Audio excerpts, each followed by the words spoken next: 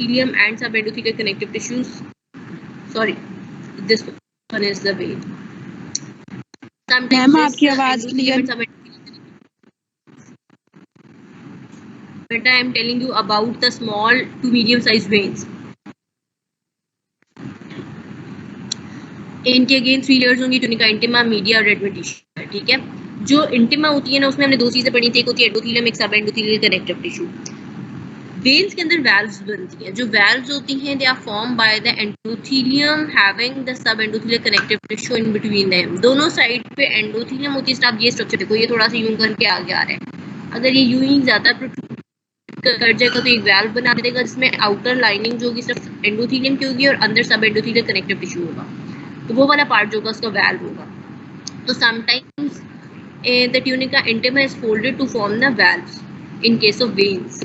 Tunica medium में हमारे पास जी बेटा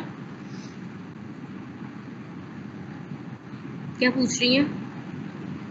मैम मैं पूछ रही हूँ कि जो हमारे पास तीनों वेन्स होंगी, venules, medium side veins, large veins, तीनों में हमारे पास वॉल्स होंगे।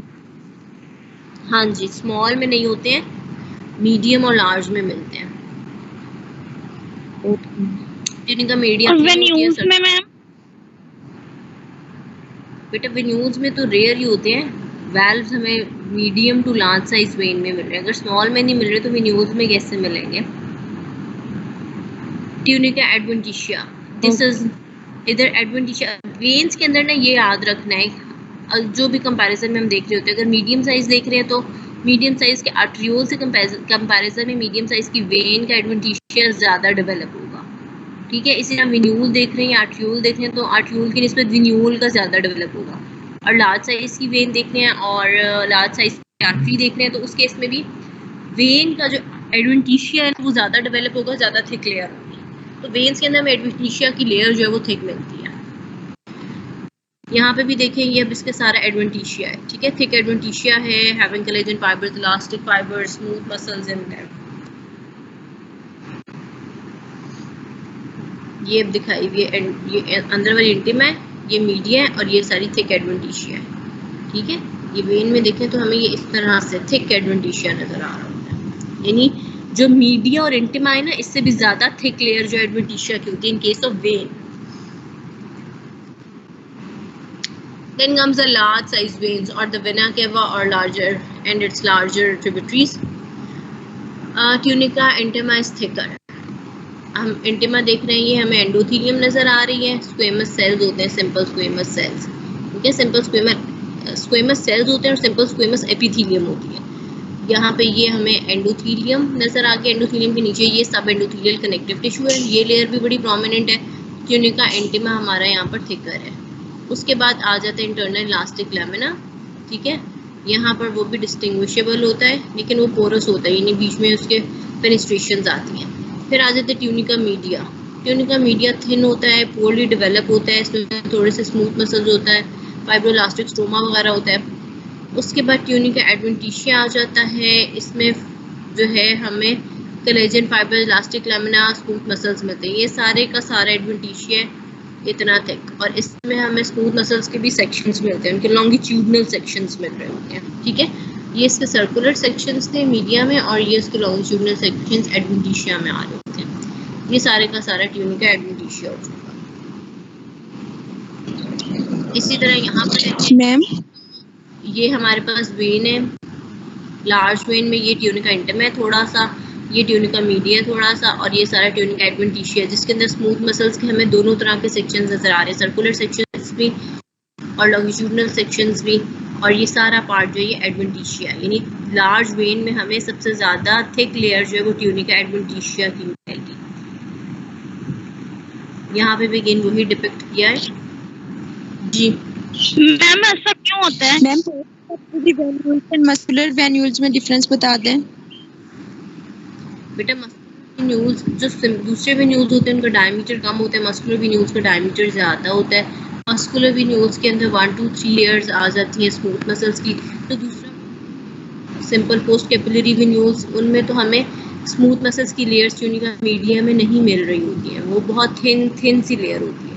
और इसमें जब मस्कुलर वेन्यूल्स उससे कंपैरिजन में थोड़े से बड़े हैं तो उसमें हमें ट्यूनिका मीडिया में जो है यहाँ पर थिन लेयर मिल रही होती है स्मूथ मसल्स की। मैम हमने तो पढ़ा था ट्यूनिका मीडियम पे मसल्स होते हैं, तो ये ट्यूनिका एडवेंटिशिया में मसल्स क्यों आए हैं? बेटा यही तो बता रही हूँ कि जब आप वेन्यूल में देखोगे ना, वो हमने तब आर्टरीज में पढ़ा था, ठीक है, मेनली आर्टरीज में था, और वेन्यूल्स में भी स्मॉल में हमने पढ़ा थोड़े से मसल्स की लेयर मिल गई। लेकिन जो वेन है ना वो डिफरेंट है। लार्ज वेन जो है इसका स्ट्रक्चर इसीलिए वेरी कर रहा है बाकी स्ट्रक्चर से, क्योंकि इसमें हमें एंटिमा थोड़ा सा मिलता है, मीडिया थोड़ा सा मिलता है, एडवेंटिशिया बहुत ज़्यादा मिलता है, और एडवेंटिशिया में हमें मसल्स भी मिलते हैं, और मसल्स के हमें दोनों सेक्शंस भी मिल रहे होते हैं, लॉन्गिट्यूडिनल सेक्शन भी मिल रहा होता है, क्रॉस सेक्शन भी मिल रहा होता है। इसकी एडवेंटिशिया जो होती है ना वो थिक होती है। मैम ये लार्ज होगा ऐसे ही ये होगा, लार्ज, ठीक है, और इससे कंपैरिजन में मीडियम साइज्ड आर्टरी दिखाई दी है। इसके अंदर हमें क्या नजर आ रहा है कि ये हमारे पास ट्यूनिका इंटिमा है, ये ट्यूनिका मीडिया है, मीडिया में हमें मस्कुलर लेयर ज़्यादा मिल रही है, और ये फिर एडवेंटिशिया है। Then comes the venous valves. Valves अभी आप लोगों को बता रही थी, ये देखो ये वेसल वॉल होती है, और वेसल वॉल से ही एक स्ट्रक्चर, एक इंडेंटेशन जाती है, या अंदर की तरफ एक प्रोट्रूजन जाती है इनर साइड पर, ठीक है, और वो वैल्व बना देती है, और उस वैल्व का काम होता है कि वो ब्लड की यूनी डायरेक्शनल फ्लो को मेंटेन रखती है।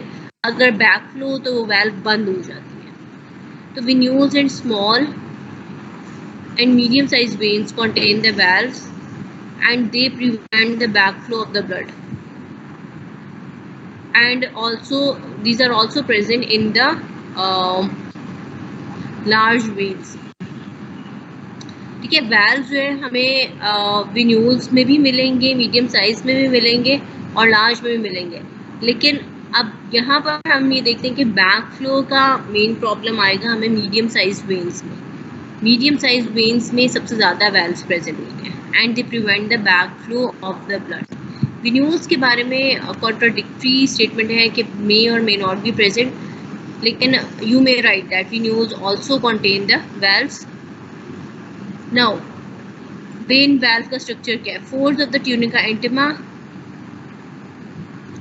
जो हमारे पास ट्यूनिका इंटिमा होता है, ट्यूनिका इंटिमा की फोल्डिंग होती है, और उसके साथ थोड़ा सा सब एंडोथीलियल कनेक्टिव टिश्यू होता है, ये अंदर की तरफ फोल्डिंग बनाता है, और इससे जो है वैल्व बन जाती है। इस टाइम आप ये स्ट्रक्चर देखो, तो यहाँ पे ट्यूनिका इंटिमा है, और उसके साथ उस सब एंडोथीलियल कनेक्टिव टिश्यू है जो मिलके वैल्व बना रहा है।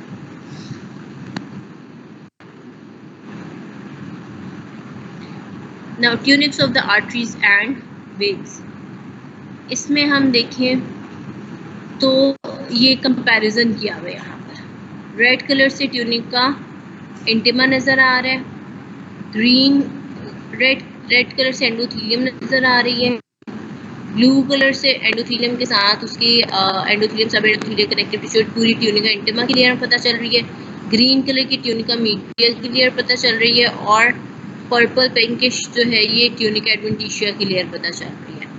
सबसे पहले हम लार्जर आर्टरी में देखते हैं, तो लार्जर आर्टरी में हमें ट्यूनिका मीडिया भी ज़्यादा मिल रही है, ट्यूनिका एंटिमा भी ज़्यादा मिल रही है, tunica adventitia comparatively tunica media से कम है, ठीक है। इंटिमा हमारे पास ठीक है, नॉर्मल है, मीडिया ज़्यादा है, और एडवेंटिशिया मीडिया से कम है इन केस ऑफ लार्ज आर्टरी। फिर हम स्मॉलर आर्टरी साइड पे जाते हैं। स्मॉलर आर्टरी में हमें इंटिमा भी मिलती है, मीडिया एडवेंटिशिया ऑलमोस्ट एक जितनी होती है, और इंटिमा नॉर्मल से मिल रही है, थोड़ी कम ही है।